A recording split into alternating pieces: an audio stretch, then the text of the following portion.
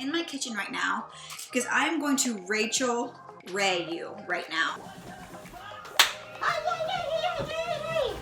Ryan Reynolds was hot before I got married, and he is still sexy after I got married. But God, you said that you're gonna give me my desires, and these are them, and I'm praying for them, and why aren't you answering my prayers? And it was like, I wasn't delighting in what God wanted for me. Hey, I'm Jen, and today I'm talking about what I didn't know when I was single and desperate. And if that's you right now, I want you to know you have hope through my story, because I've arrived. Right now, I'm no longer single and desperate. I'm actually barefoot and pregnant in the kitchen. I've made it, you guys. And so I want to tell you what I didn't know before that I wish I knew. I thought when I was single and dumb that once you got married, you just stop being attracted to anyone else. You were just attracted to your husband. That's a lie. Ryan Reynolds was hot before I got married, and he is still sexy after I got married. How do you think affairs happen?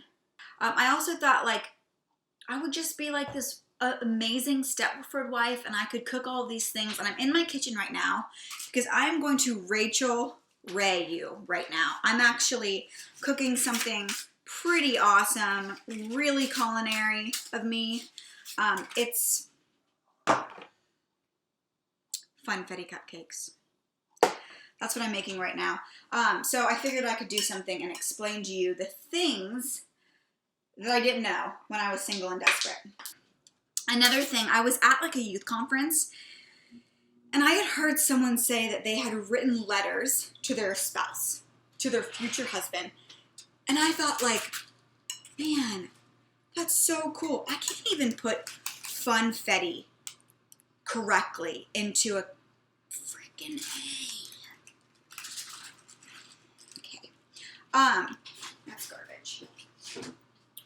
I had heard write letters to your future spouse. How cool would it be if you got letters from your husband when you got married, and he just said how he was waiting for you and praying for you and all of these things, and pray for your future spouse and yada, yada, yada. And so I took that, man, and I'm an overachiever. I took that and I ran with it, and I started writing letters to my future spouse. And these letters were killer. And I wrote them for probably 10 years. And a lot of people I would tell that to, they're like, that is so romantic. I mean, that is so cool. And it really just fueled my fire. All right, these are going in the oven. And then wouldn't it be awesome, just like Rachel Ray, I had some ready to ice. Look at that. One of the things that stuck out to me was this verse as I was single and desperate. And the verse is this. It says, I will give you the desires of your heart. It's from Psalms. And I remember thinking, praying that verse. And there were times where I was upset that a relationship didn't work out, or I was hurt, or I was just feeling lonely. And I would say, God, your word promises me, and I know your promises are real, that you are going to give me the desires of my heart because I'm asking you for them.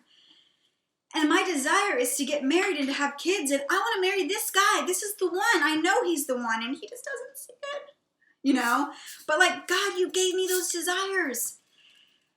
But I was missing half the verse. I was missing it. Half of the first part of that verse actually says, take delight in me, and I will give you the desires of your heart. I was missing the first part of it. I wasn't clinging to God. I mean, somehow thought I was clinging to God.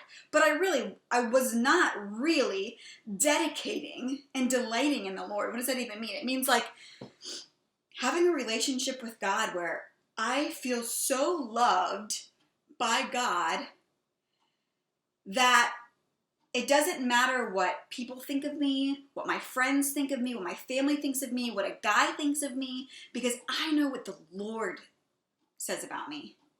And taking delight in what that means, and taking delight in the promises of the word, and he will give you the desires of your heart.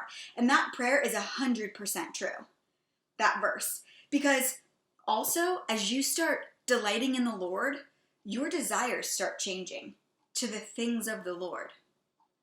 So for me, instead of just saying like, I was delighting in what I wanted, in the relationships that I wanted, in the sexual pleasure that I wanted, but then I would turn it on God and be like, but God, you said that you're going to give me my desires, and these are them, and I'm praying for them, and why aren't you answering my prayers? And it was like, I wasn't delighting in what God wanted for me. I wasn't just delighting in different times of my life on purity or integrity or being like honest with myself. And so when I started taking delight in the Lord, it changed the way I even thought about marriage. And it's funny because it talks about the desires of your heart. And a lot of places where the Bible talks about the heart it's not good stuff. There's a verse in Jeremiah that says, the heart is deceitful above all else. Not my heart. My heart is so pure. There's a one in Proverbs that says, above all else, guard your heart, because from it flows everything. So the heart's deceitful, which is why when we are single and just longing to fill that void in our life, and we're seeing our friends get married or engaged or have kids, and we want these things and we want to fill that too, our heart can be really deceitful. Really deceitful. And it can start to manipulate us because our flesh wants certain things. And all of a sudden we go from, hey, I have these standards that I want in a relationship to, okay, it's okay if that person doesn't really love Jesus. They're still just really good. I mean, he opens the door for the old lady. He is a really good person. Yeah, but a really good person is awesome. You want to marry a good person. But if you're a Christian and you want to raise your children Christian and you want a Christian marriage, if someone doesn't believe in Jesus, that's a big thing. So here's what happened with those letters. My husband never got them. I never gave them to him. Because what I later realized when I started delighting in the Lord was I had made an idol out of my husband. Like, instead of in times of loneliness or heartache or pain, instead of going to God and praying that the Holy Spirit comforts me, I would write a letter to my husband, which, by the way, put so much pressure on my future husband to be perfect. And so I ended up burning the letters.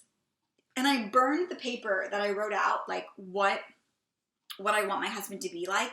I burned that. And I just burned things from relations. And I could have just thrown them away. The fire part was a little bit dramatic. But I just was throwing stuff in a fire. Because I was like, you know what? I want all of this out. And it was like old pictures and letters to ex-boyfriends and all of those things. It was like, I want to just clear all of this out and throw it away and start fresh. The truth about marriage is it's not a Disney movie.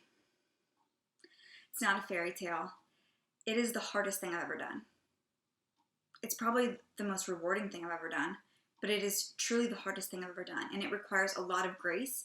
It requires a lot of forgiveness of me and my spouse. And nothing about it that I thought when I was younger is really the reality of what marriage is. You can relate to any of this. If you are single and desperate, or you have things in your life that you want and aren't happening right now, I have 4 pieces of advice for you. Well, I have 5. Eat cupcakes. That's 1. Eat your feelings. No, don't. 1, take delight in the Lord. Just like that verse says, He will give you the desires of your heart. Take delight in Him. And that's something that I have to continue to do today, now that I am married, because there are things that the world and my flesh wants, and I have to continue to delight in the Lord in order to continue to stay on track with His desires. Get in community. Number 2, get in community. You need people. I need people. We all need people. People help us to grow in our faith, to grow closer to God. And when I say community, you can have all sorts of friend groups.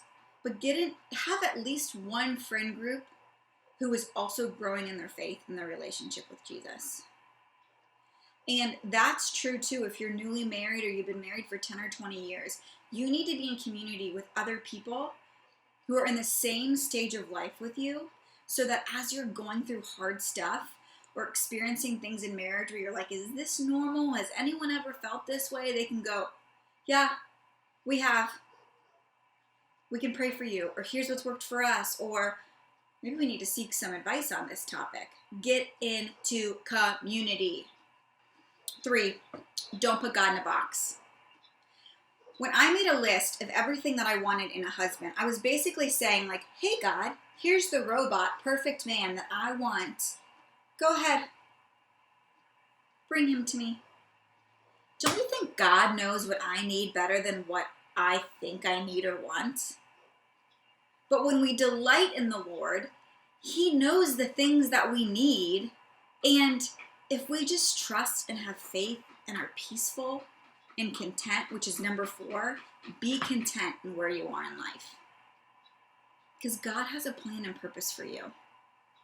And had I got married like I planned at 22 years old, there's so many experiences in life and so many people I met and things that I did that I never would have been able to do on my journey to where I am today. Be content. And I have to be content now. You guys are literally seeing my entire kitchen. I would love a bigger kitchen. I'd love a bigger house. I'd love a nicer car. I would love a lot of things in this world, but I know that I have to be content where I am. And God is going to bless me for that. I need to take things that worry me or give me anxiety, and I need to give those to God. Be content. Delight in the Lord. He will give you the desires of your heart.